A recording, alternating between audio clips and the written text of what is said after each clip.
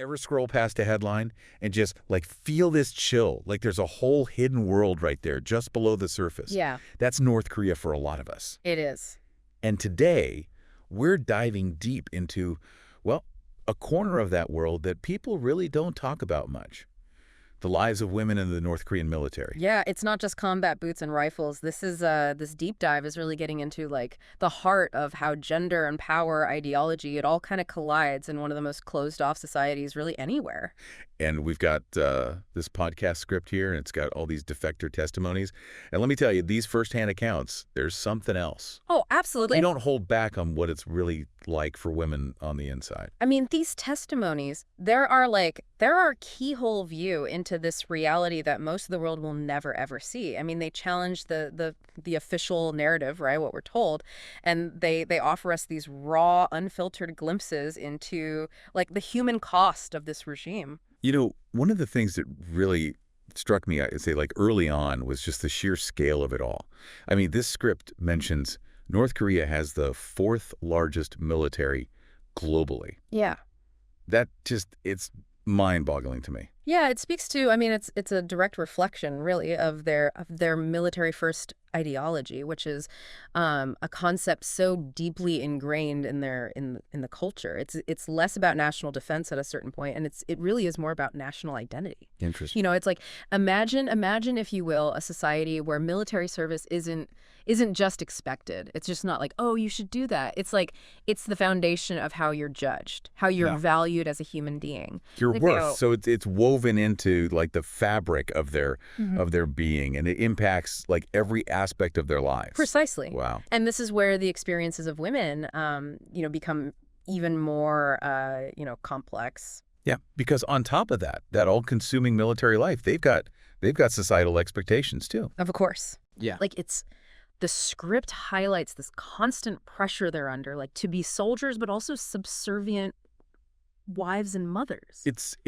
Well, I mean, frankly, it's a brutal double bind, right? I mean, imagine being told you must be this strong, dedicated soldier, but also this submissive wife and mother. Right. Expected to raise children, to maintain the household. Yeah. I mean, the script does not shy away from how these, I mean, they're completely incompatible expectations, but they dominate every aspect of these women's lives. Right. And they're left with these impossible choices. And it's not even just like the pressure that they're dealing with, right? It's the reality of what they go through. This script, I mean, it doesn't hold back on the abuse, the systemic abuse that's happening within the North Korean army. Yeah, it's a chilling indictment. I mean, these testimonies, they describe this culture of abuse. I mean, it's everywhere. Mm-hmm.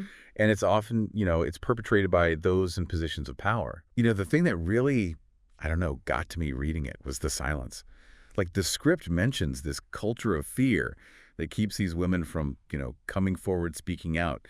And it made me think, like, what would it even take to come forward in that kind of environment? You're talking about a regime that is built on control, on fear. Mm-hmm. And so to even like imagine the courage it would take to report abuse when the consequences could be, I mean, we're talking unimaginable, right? Yeah. And not just for you, for your entire family, just even like whispers of dissent. So it's not even just the abuse itself, right? It's that lack of any recourse. It's knowing that, like, speaking out could actually make things worse. Yeah, the power dynamics are, they're completely out of whack. These women are, I mean, they're trapped. They're trapped in this system where their voices are stifled. And if they make any attempt to actually challenge that, to challenge the status quo, it's met with, I mean, brutal repression. That's what, I mean, their silence is almost like it's the price of survival. It really is. It is. And it's why these defector stories, they're so important. It's like they're cracking open that wall of silence, right? They're sharing their truth in spite of the risk. Yeah. To themselves, to their families. And it sounds like things have just gotten more restrictive under Kim Jong-un. I mean, the script suggests that his rule has basically intensified this culture of fear and control. Yeah, I mean, Kim Jong-un's, his leadership has really taken this military first ideology, we're talking about too, like to new extremes. Wow. Surveillance, it's tighter. The borders are, I mean, they're more impenetrable. And the punishments for defiance, even attempted escape, I mean, it's far more brutal. And defectors, I mean, they're seen as the ultimate betrayal. So even escaping to tell these stories it's even more dangerous now. The risks these women are taking are, I mean, they're unimaginable. You have to like wrap your head around leaving everything you've ever known, everyone, knowing that even reaching out to loved ones could put them in jeopardy. The courage it takes to defect is, I mean, it's astounding. Yeah.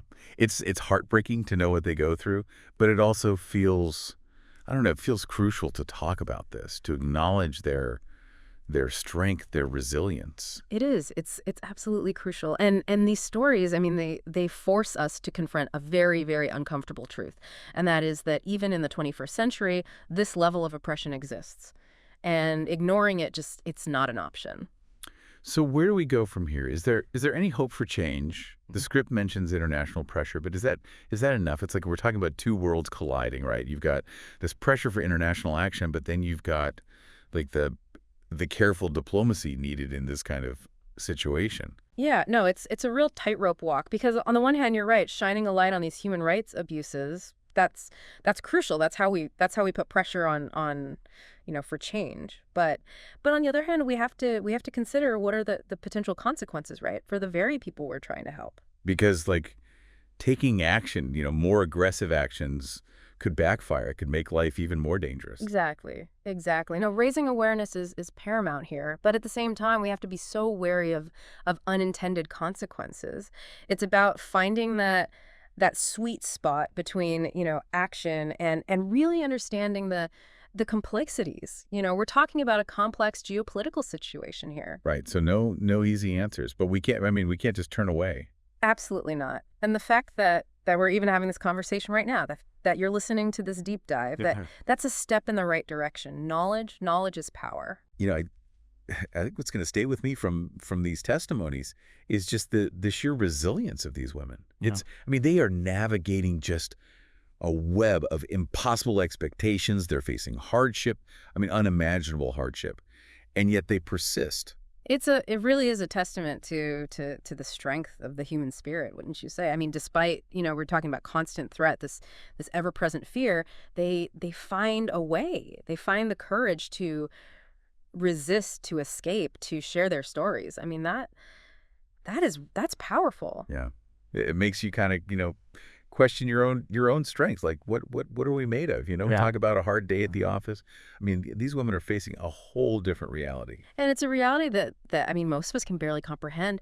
But by listening to these stories, by bearing witness to their experience, I mean, that's how we honor their bravery and that's how we take a stand against indifference. It feels, I don't know, it feels like a heavy responsibility in a way, but also like a privilege to be able to, amplify these voices. It is both, and it doesn't end here, right? I mean, if this deep dive has resonated with you, if you're feeling this, I urge you, delve deeper, seek out books like The Girl with Seven Names, right? It's a firsthand account of one woman's escape, Yeah. and it's raw, it's powerful, and it's a testament to that resilience, to that everything we've been talking about today. Yeah, because sometimes the most important journeys, they start by diving deep into these stories, the ones that, the world it overlooks. So thanks for joining us on this deep dive.